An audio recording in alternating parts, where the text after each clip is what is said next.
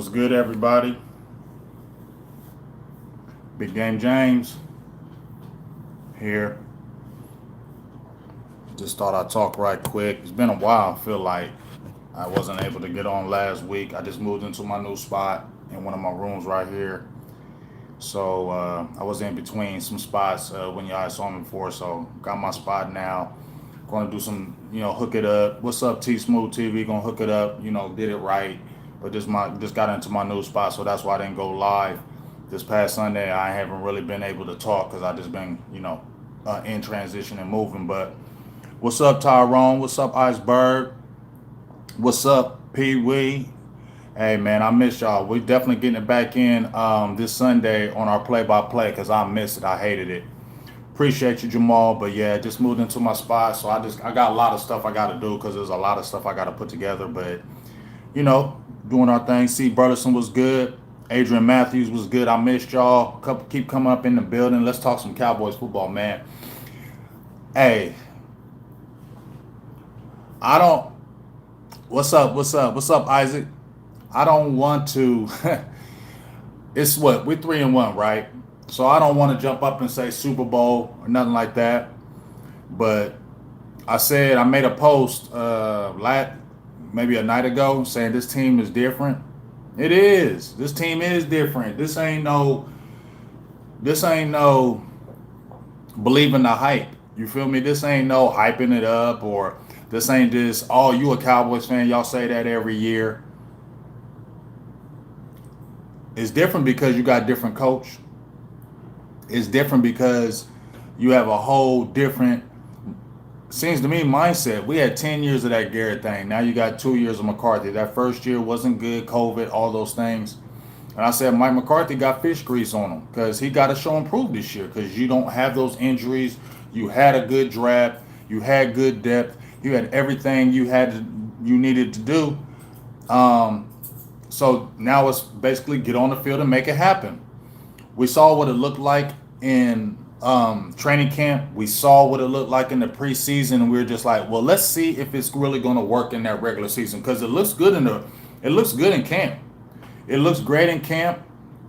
It looks great in the preseason, but is it going to do in the regular season? That first game against Tampa Bay, I think that made us say, okay, yeah, this could be a really good team. And I don't care, man. Dallas has been doing what it's supposed to do. I mean, they're averaging 31 minutes of time of possession, 3 more minutes than their opponents. They're +7 in the turnover ratio.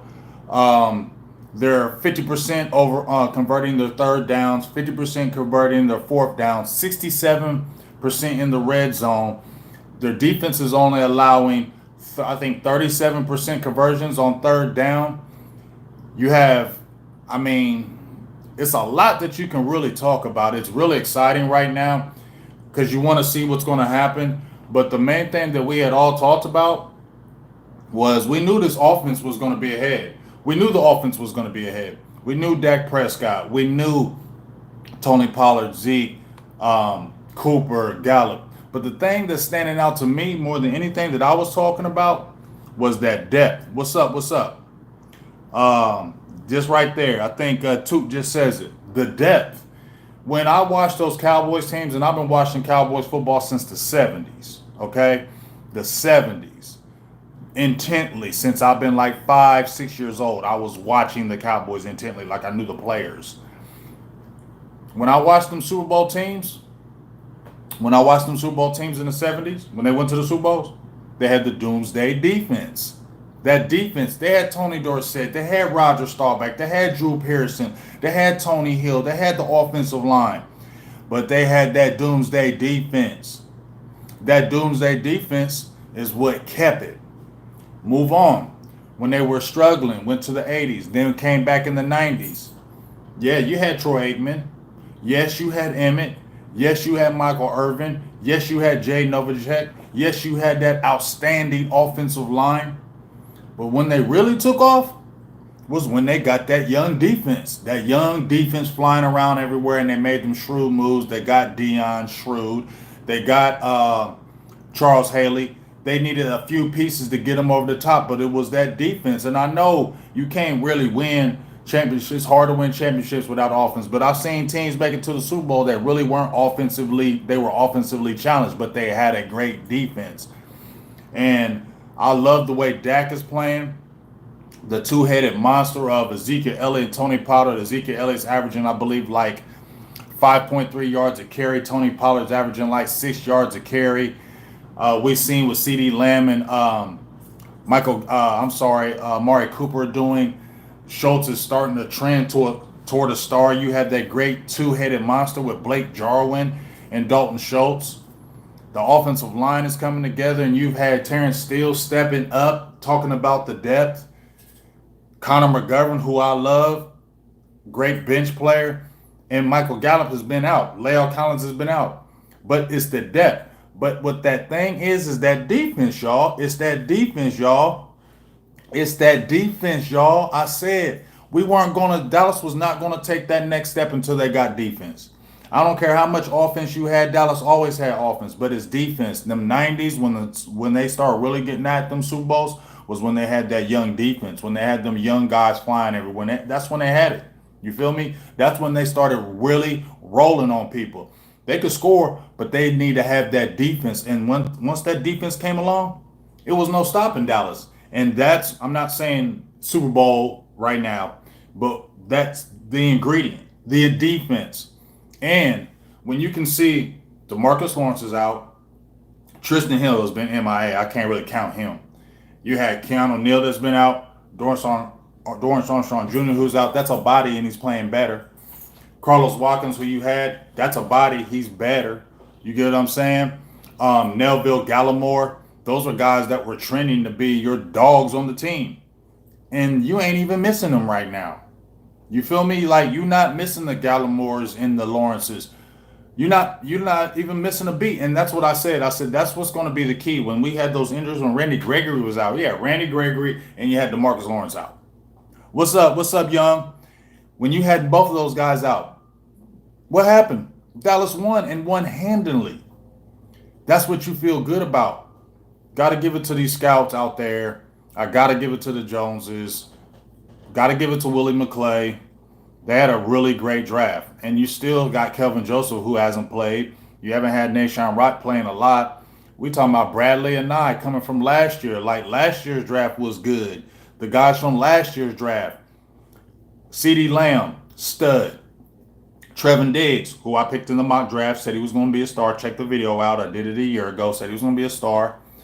Gallimore, Bradley and Nye. Tyler Biadasz. That was last year, and those guys is turning up this year. Now you got this draft turning up. So the Cowboys love working through the draft. You know what? I can't hate on you, Baby Nuts Jones. I can't hate on you right now because for real, they made good moves, and the free agents they got have fit in nicely. Brent Urban, Carlos Watkins, Keanu Neal. They made good pick. Curse has been a godsend. So they made some really shrewd moves. And, Demonte Casey. And they didn't spend a lot of money. So as much as I get on these Joneses about being scary and always meddling and being super cheap, I got to give them props when... What up, Montana? I got to give them props when they're doing well, too. Hey ho, 199, holla. I can't get mad at the Jones. Like, you know how I go hard on them Joneses. But I got to give them their props when they're doing it right. Like, they made shrewd moves in free agency and they paid off. Or they are paying off. You get what I'm saying? They are paying off. And they didn't spend a lot of money. So they're still in great cap flexibility, if you want to call it that, because of the shrewd moves. I got to give it to you, Baby Nuts Jones. I was upset with you. You still suspect to me in some ways. But right now, you did it right. Y'all got you got the right defensive coordinator. Dan Quinn has changed the whole mindset in the building, especially defensively. And he still wants more. He still wants better. Nobody's satisfied. And I think that's what it is. He's got it to where nobody is satisfied. Kellen Moore. I already told y'all about him. I love some Kellen Moore. It's just a lot of, I think the biggest thing, like I said, When they won them Super Bowls, that's when they got defense. And that depth, man. It's that depth. Like when your stars are hurt, because I keep going back to that. When Dallas Cowboys stars were hurt, it was almost like season was over under Jason Garrett. And I'm not trying to beat up the Garrett thing, but it was like Dallas was always top heavy in them stars under the Garrett regime. He never wanted to have depth. It's almost like he never wanted to offend the starters. It's like he never wanted to offend the starters. But when one of them starters went down under the Garrett regime, it felt like the season was over. We know it. We know when we seen that 2015. After 2014, we were all like, okay, this Super Bowl. After we just played the 2014, we looking good. Romo gets hurt. You like, oh, season over. Tyron Smith get hurt. You saw what happened in 2017 when Tyron Smith got hurt, when Ezekiel Elliott went out. When our top heavy guys went out, there was never no real depth behind them. There was really no guys behind them that you were scared of, that you feared, that you were ever worried about. Hey ho! Hey, shout out to your Adventures of Girl Dad, because you are a new member and I appreciate you, and I'm gonna give you a shout out too. He says, I feel a little bit of complacency at the end of the fourth. I hope they don't stop doing it, keep their foot on the gas. I feel you, and shout out to you, Adventures of Girl Dad. You are a new Big 11. I appreciate you. Shout out to Lincoln Blake and Dean Banks for being members of the crew and the clan. And I'll give y'all your shout outs either later today or tomorrow with a little thing. So I appreciate you, number one. Didn't mean to jump off topic. But yes, we can't let off the gas. But they were just a lot of good things, you know. A lot of people was bashing Kellen Moore. I told you, Kellen Moore is a beast. Just let him get acclimated with the NFL. He got the NFL mind. Just let him get fully acclimated with the NFL. Now you see 3 years in, you see, because he was a great mind. That's why Jerry Jones and Stephen Jones said, nah, Mike McCarthy, you can get your staff, but we ain't letting go of Kellen Moore, because I know why. I'm gonna leave it alone.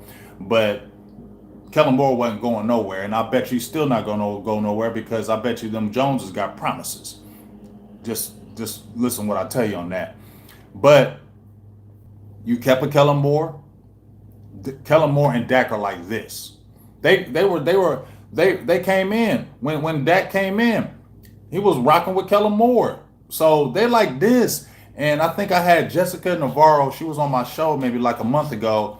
And I think they said on Hard Knocks, like, Mike McCarthy and Dak's relationship isn't great. I wasn't worried about that relationship. The relationship I'm worried about was that Kellen Moore Dak relationship, because if that relationship is great, you humming. And I think you see that when you see Kellen Moore and Dak like this. That's why that offense is humming. Not just that Dak has gotten better each year.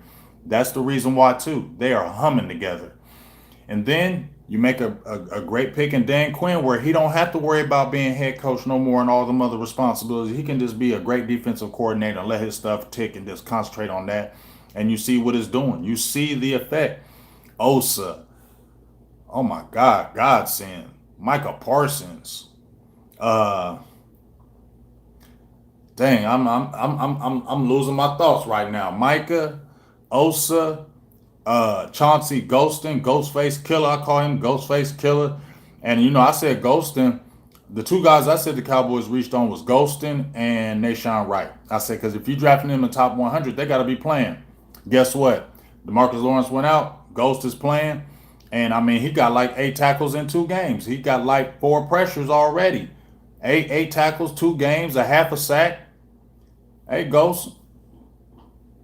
Nashawn Wright, he's just playing little special teams, but he got in a little bit in them games. That's experience. And another great thing about all this, y'all, is that these rookies are playing early. I wanted them rookies to play game 1.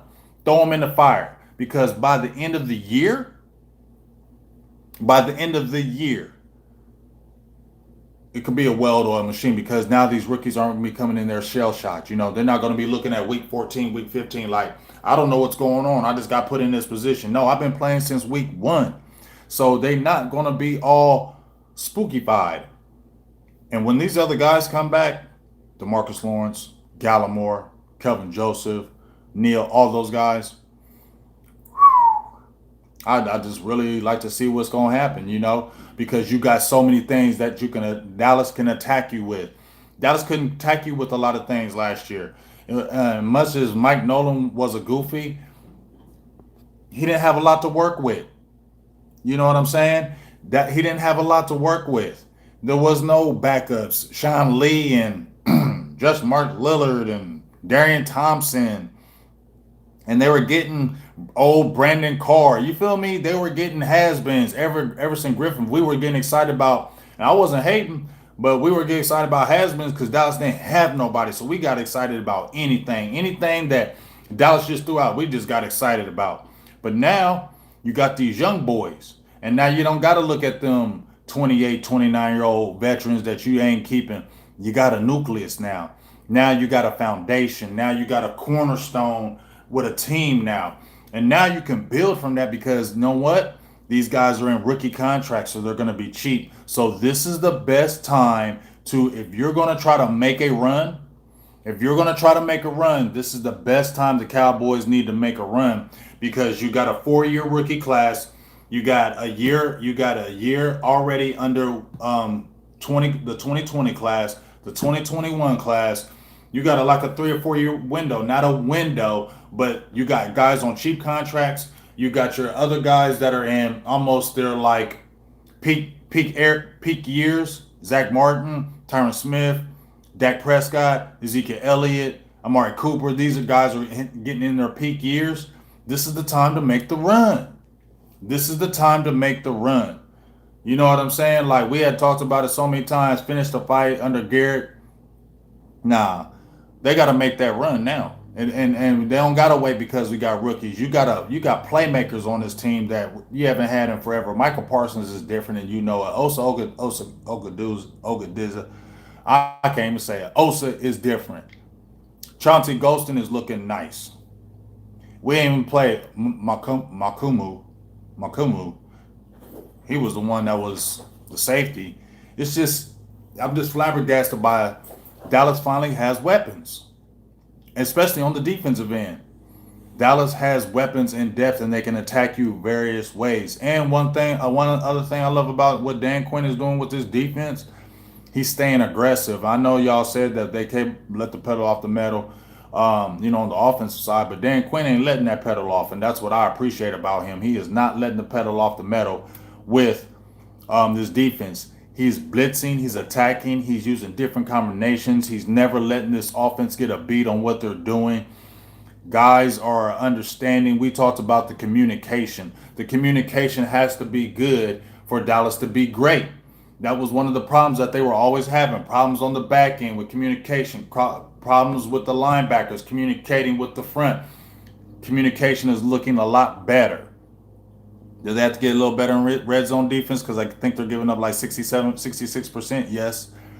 But at the end of the day, this is 4 games in of a whole new defense, and you like what you see. So, I'm not going to beat y'all's heads up, but it feels a little good right now. It's only a quarter. It ain't even a quarter of the season, so still a long time to go. But I like what I'm seeing. I like the energy. I like the focus. I like Dak just taking command of that team and that offense. And it feels like these guys are just being serious. They're serious about what they wanted. And I said that, that Hard Knocks was not going to be a distraction to Dallas. I said it wasn't. And it looks like they're serious. And I'm really excited to see what's going to go forward, because right now, who's really beating Dallas? Because Dallas can beat you in so many ways. Now. Ezekiel Elliott, Tony Pollard, running game. You ain't even had Michael Gallup. You see what I'm saying? You can beat them with the 2 tight ends. Dallas can beat you underneath with them tight ends. They can beat you deep. They can beat you in the mids. They can beat you in the run game, slant game, screen game. Defensively, they can attack you in different ways. Linebackers, defensive ends, guys can change out. Guys can play multiple positions. Now you feel good that you finally have safeties. So your corners are going to be better. We know about Anthony Brown, but he is the leading tackler on the team. Jalen Smith has played better. LVE has played better. And I think they play better because they have better talent around them. And when you have better talent around you, it makes your talent stand up or you're going to get shipped out. That's just the truth. Talent's going to make you do one thing. You're going to shape up or you're going to ship out because that talent is going to make you step your game up or it's going to push you off the field. And I think that's what's going on. I think I like what I see. And I think it's going to continue. You got these Giants coming up. I ain't gonna say they're gonna run through them. I think they are gonna handle the Giants. I think the next opponent that will maybe get some challenges will be the Vikings. But I think by then Dallas will be 5 or 6-1 by the time they see them Vikings, and I definitely feel like they can beat the Vikings. Dallas can really run the tables. As I said before, at the beginning of the season, Cowboys should win the East. No ifs, ands, or buts about it. Cowboys should win the East. Beyond that, we'll have to see. But if they keep playing like this and this defense keeps playing opportunistic, getting these sacks, getting in this backfield, gonna be some stuff going on late in the season, and I like it. So we'll see how it goes. Um, really excited. Get ready for this all 22. Get ready to drop. We're gonna drop some videos like we do. Drop some good tape on some players that I've been looking at and some players I like. So make sure you go like and check those videos out. Once again, shout out to my new members that just came on board: Dean Baines, Lincoln Blake, and Adventures of Girl Dad, who just gave the $5.99 holla. Appreciate you. We're gonna have a lot of good times. Shout out to everybody on the fantasy football. I'll post the standings later this week. Shout out to my dog, the Ninja. I got you. You was doing all that trash talking because I sat your boy from the Panthers, the DJ Moore. I sat him on because I was moving, so I sat him. I didn't even play him, and he turned up, almost got 30 points, and I still beat you, dog. I beat you down. So, yeah, big game is 3-1 in his big game James Fantasy Football League. You know, shout out to my dogs KMT and the Ninja. They went to the Philadelphia game. Not compliments on me, but the Cowboys experience hooked them up. They said they loved it. So if you're still trying to get tickets, holla at your boy. I just got some people to the Raiders game for Thanksgiving. They're going 3 people going to that Thanksgiving game against the Raiders. So if you're trying to get on and you're trying to get tickets to these games and stuff, holla at your boy. Get in my inbox on my Facebook, Big Game James page, and let's continue to grind and let's continue to make this happen. So appreciate everybody who was in the feed. Get ready for these videos this week. We'll probably have maybe some breakdowns. Maybe have a few guests on this week. But just stay continued and stay supported, man. I love all you guys and I appreciate all the support that you do for the Big Game James page and Cowboys Nation, how we do it. Thank you very much. Salutes to all you guys. And just get ready for some stuff going down this week. And make sure you definitely check the play-by-play this Sunday against them Giants and beyond. Merchandise will hopefully be coming out soon, but I've been really working a lot, man. We're seriously understaffed in my job, so I left early today because they drive me crazy. But I've been putting in like 9 to 12 hours every day. So I'm sorry if I haven't been able to show the attention I wanted to the members and to the channel. I apologize. But it's just crazy at my job right now. We're just really understaffed and just a lot of things are going on. So just be patient, continue to grow. 43 Flex, shout out to you, got his hat finally. Texas, your jersey will be there momentarily. Sorry, it was hard to get sizes and just a lot of things going on out here in this world. So I got you, big dog. It's coming to you, and hopefully we'll be talking to you soon this week. So Big Game James, Cowboys Nation, let's get this dub against these Giants and let's get this 4-1. All right, peace. I'll talk to y'all soon.